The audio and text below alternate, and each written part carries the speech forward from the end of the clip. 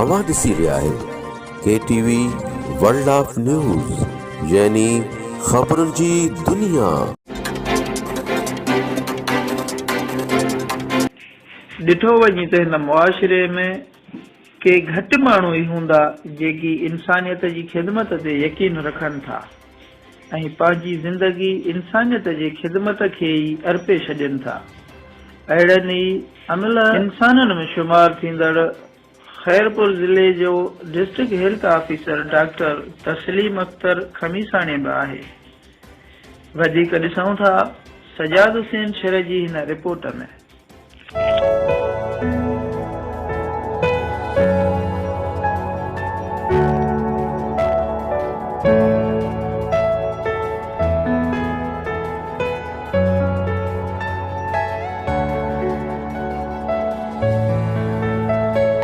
ॾिठो वञे त हिन मुआशिरे में के घटि माण्हू ई हूंदा आहिनि जेकी इंसानियत जी ख़िदमत ते यकीन रखनि था ऐं पंहिंजी ज़िंदगी इंसानियत जी ख़िदमत खे अर्पे छॾनि था। अहिड़नि ई अमूल इंसाननि में शुमार थींदड़ खैरपुर ज़िले जो डिस्ट्रिक्ट हेल्थ ऑफिसर डॉक्टर तस्लीम अख्तर खमीसाणी बि आहे। हू तोड़े जो हिकु सरकारी ऑफिसर आहे, पर हुन जी दिलि सरकारी ऑफिसर शाही खां वधीक इंसानियत जी ख़िदमत जे जज़्बे सां सरशार आहे। हाणे ताज़ो ई जिते दुनिया खे ख़तरनाक मर्ज़ कोरोना मफ़लूज बणाए छॾियो ऐं माण्हुनि खे घरनि ताईं महदूद कयो, उते ही बहादुर ऐं बहितरीन इंसान डॉक्टर तस्लीम अख्तर खमीसाणी कोरोना में वरतल मरीज़नि जो इलाज कंदे नज़र आयो। पाण हिन वक़्तु खैरपुर ज़िले जो DHO मुक़रर थियल आहे ऐं इंसानी सिहत लाइ पाण पतोड़ींदो रहियो आहे ऐं सिहत जे मामले ते का बि कोताही बर्दाश्त नथो करे। पंहिंजी ज़िम्मेवारी सम्झंदे पूरे ज़िले में सिहत जूं सहूलियतूं फराहम करे रहियो आहे। DHO खैरपुर जी चार्ज वठण खां पोइ डॉक्टर तस्लीम अख्तर खमीसाणी पूरे ज़िले में सिहत जूं सहूलियतूं फराहम कंदे ज़िले खैरपुर जे सभिनी अस्पतालुनि में हर क़िस्म जूं सहूलियतूं फराहम करे रहियो आहे।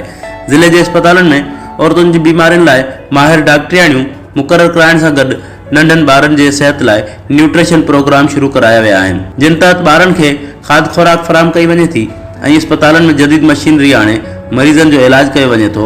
डॉक्टर तस्लीम अख्तर जी अहिड़ी कोशिशुनि सां हितां जे ग़रीब मिस्किन अवाम खे तमामु घणो फ़ाइदो रसियो आहे, जंहिंसां अवाम जो फौरी तौर ते इलाज मुमकिन थी सघियो आहे। जॾहिं त डॉक्टर तस्लीम अख्तर जे कोशिशुनि सां समूरा डॉक्टर तोड़े स्टाफ वक़्त ते पाबंदी सां पंहिंजे फ़र्ज़ अदा कनि था ऐं ज़िले अंदरि मुक़रर थियल वैक्सीनेटर पूरे ज़िले जे अवाम खे कोरोना वायरस जी वैक्सीन करण में रुधल आहिनि। DHO खैरपुर जी कोशिशुनि सां पूरे ज़िले जे अस्पताल में हेपाटाइटिस A, B, C, कुते जे चक, नांग जे चक, उरड़ी समेत ॿियूं वैक्सीन पिणु मुहैया कयूं वयूं आहिनि। डॉक्टर तस्लीम अख्तर खमीसाणी सिहत जे शोबे में पाण मल्हायो आहे।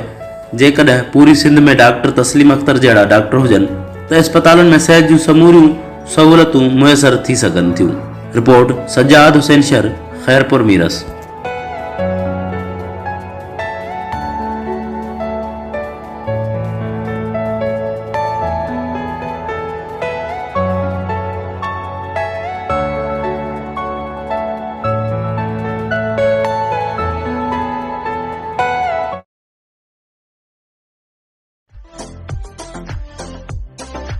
शहर गड़ियासी ने भरपासे वारनि लाइ ख़ुशख़बरी। हाणे शिकारपुर वञण जी ज़रूरत नाहे।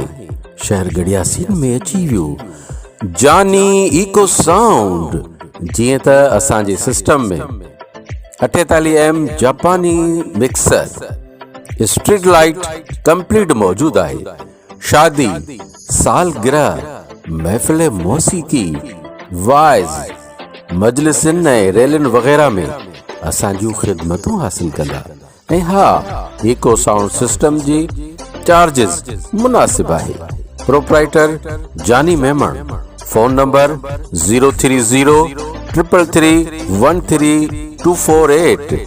Sound operator Faheem Hussain Memon. राब्ते लाइ phone number 0308 3638 289। Jani echo sound, Noor Mustafa Chowk, नज़द ज़रई तरक्याती बैंक, गड़ी यासीन।